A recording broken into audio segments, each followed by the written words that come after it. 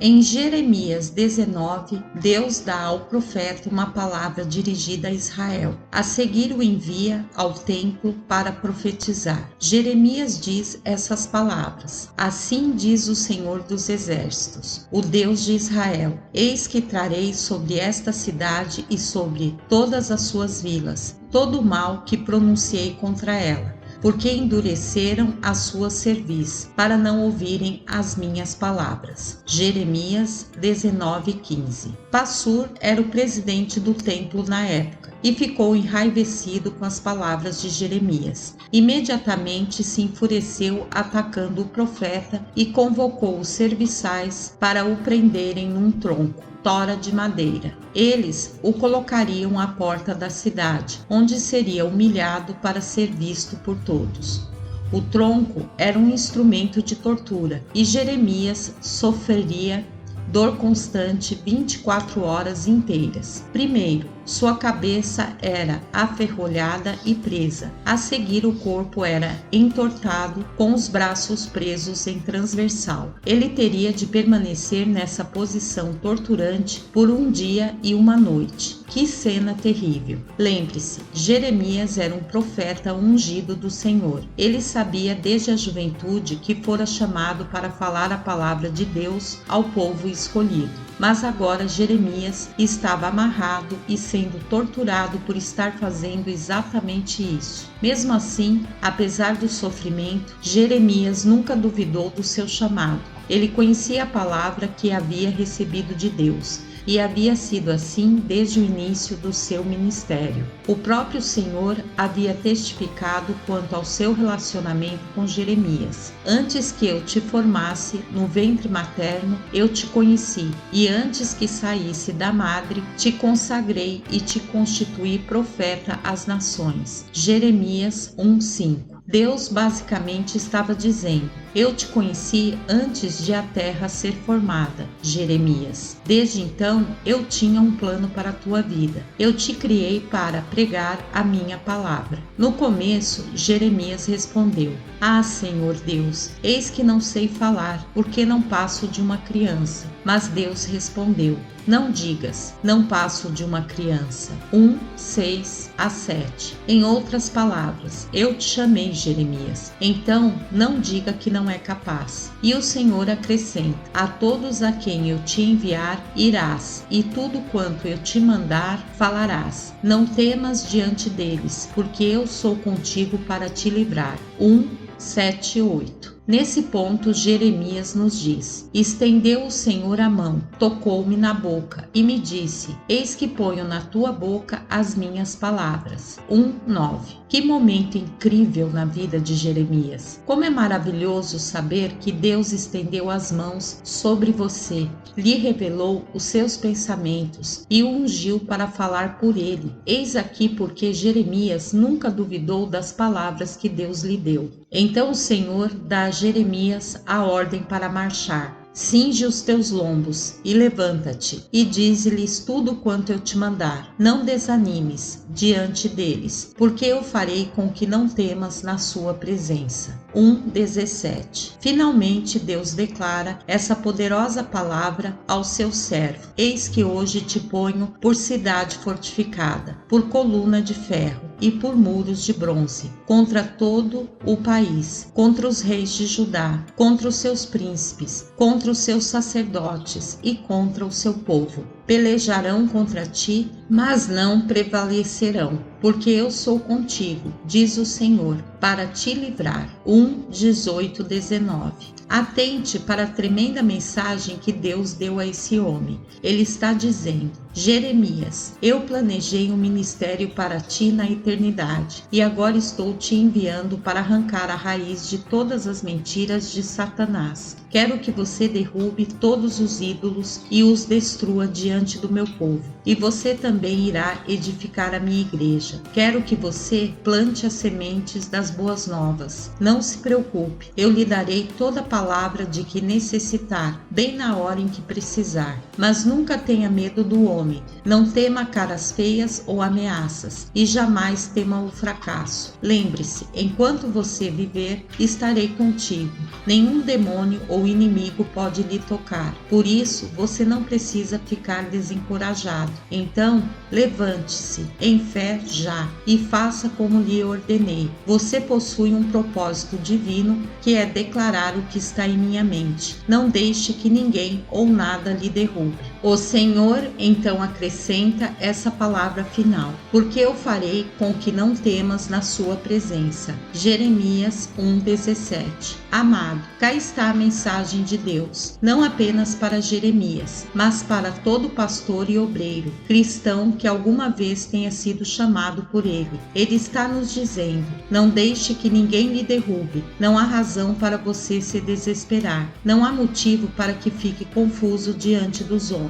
Eu lhe disse que estou consigo. Eu disse que és uma fortaleza inexpugnável. Então não há razão para esgotamento, não há razão para desistir. Se você não crer no que lhe disse, se duvidar da minha fidelidade para consigo, então não há como evitar que você se apague. Você acabará amargo, batido e irá desistir. E será perturbado por todo aquele que se opuser a ti. Mas isso será porque não confiou em minha palavra para consigo. Quero lhe dizer o seguinte: não importa que dificuldade você enfrente, não importa se as pessoas lhe tratem mal ou lhe ofendam, os seus amigos, a sua família, mesmo príncipes ou reis podem se virar contra ti, mas eles jamais prevalecerão. Eu coloquei paredes de metal e fortes pilares lhe cercando. Eu estou contigo para te livrar. Esta mensagem é para todos aquele que, como Jeremias, foi chamado antes da criação para servir a Cristo. O apóstolo Paulo diz o seguinte em relação a Deus: que nos salvou e nos chamou com santa vocação,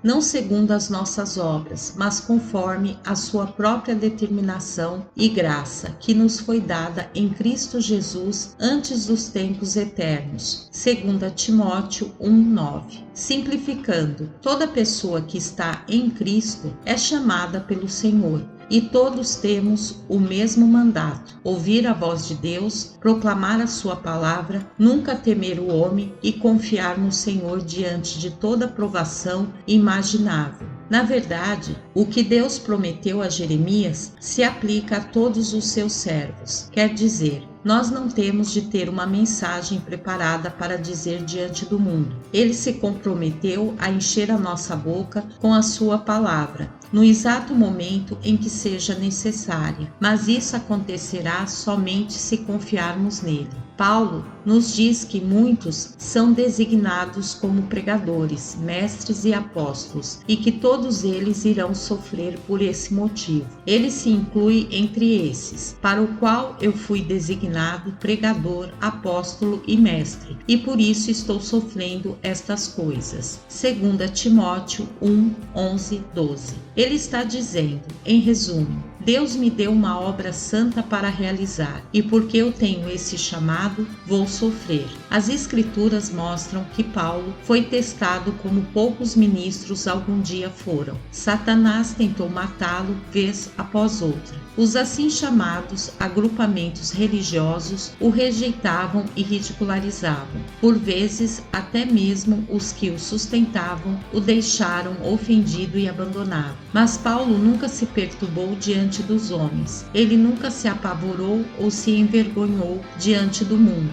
E Paulo nunca se apagou. A cada ocasião ele tinha uma palavra ungida para falar de Deus, sempre que necessário. O fato é o seguinte: Paulo simplesmente nunca seria abalado. Ele jamais perdeu a confiança no Senhor. Antes, testifica: sei em que tenho crido, e estou certo de que Ele é poderoso para guardar o meu depósito até aquele dia. 2 Timóteo 1:12. Em termos simples, eu compromissei a minha vida inteira à fidelidade do Senhor. Vivo ou morto sou dele, e insiste com o jovem Timóteo para que faça o mesmo.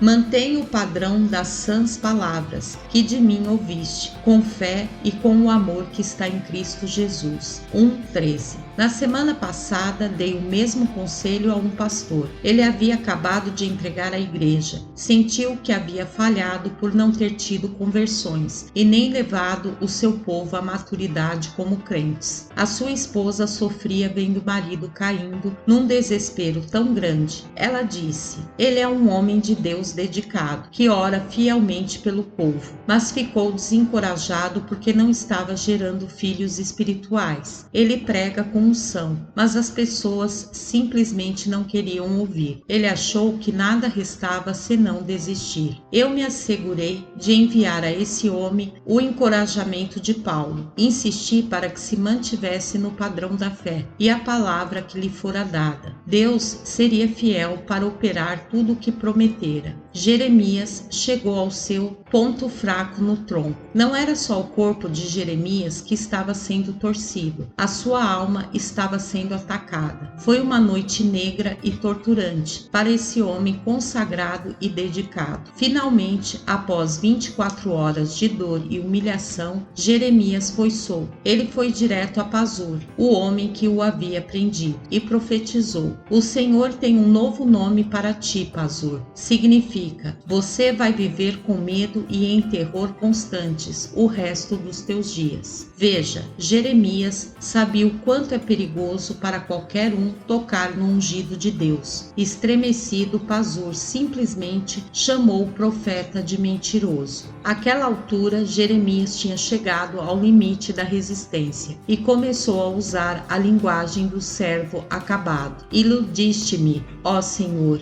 e iludido fiquei, mais forte foste do que eu, e prevaleceste. Sirvo de escárnio todo dia, cada um deles zomba de mim. Jeremias 27. A palavra em hebraico para iludiste aqui quer dizer me abri. Jeremias estava dizendo basicamente: Senhor, tu me expuseste a uma grande ilusão. Eu acabei como um ministro totalmente enganado. Não podemos adoçar a pílula quanto ao que Jeremias está acusando Deus de fazer aqui.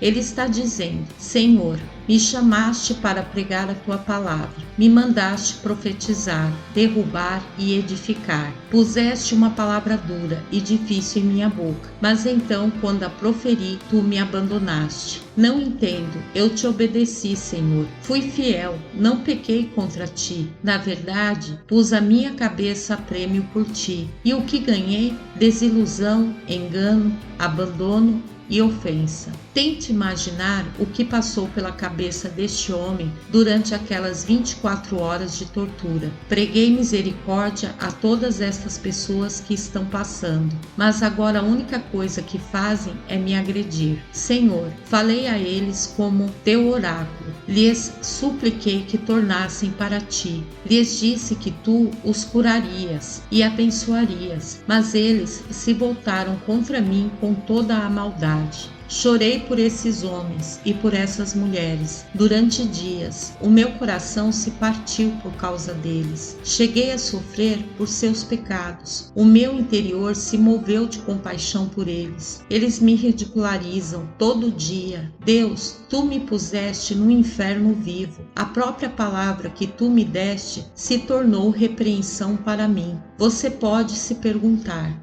Deus prometeu que Jeremias nunca seria envergonhado, mas não é isso que está acontecendo aqui? Eu lhe asseguro, o servo de Deus não foi exposto à vergonha. Pelo contrário, o Senhor estava operando algo poderoso na terra, e isso só seria revelado ao tempo dele. Ele iria mostrar à nação que Jeremias não foi envergonhado diante de homem algum. Pelo contrário, Jeremias seria um testemunho, e isso permaneceria assim pelos séculos. Recebo cartas de pastores do mundo todo que sentem o mesmo que Jeremias sentiu. Um ministro me escreveu: me sinto derrotado. Eu era fiel em fazer tudo o que Deus me mandava, mas quando dei um passo a mais na fé, ele me deixou lá exposto. Tem um jovem amigo missionário que acabou de deixar o seu posto. Ele ingressou no ministério com grande expectativa, mas agora o está abandonando arrasado. Ele carregava uma tremenda preocupação pelas almas e batalhava com diligência, mas após vários anos ele ainda não havia visto resultados significativos. Ele nunca foi aceito pelas pessoas em cujo meio trabalhava. Os seus filhos eram agredidos pelas crianças do local e a esposa ficou cansada e sem coragem. Esse homem ama profundamente o Senhor, é um precioso servo de Jesus, mas finalmente não aguentou mais e me disse: Irmão David, me sinto um fracasso. Eu tinha tanta esperança, mas nada daquilo ocorreu. Cada ano, um número crescente de missionários passa pela mesma coisa. Vão ficando sem coragem, desistindo e voltando para casa. Eles podem não falar de maneira tão precipitada como Jeremias, acusando Deus de os enganar, mas lá no fundo carregam amargura contra o Senhor. Acham que Ele os guiou a uma certa direção, mas após isso os desapontou.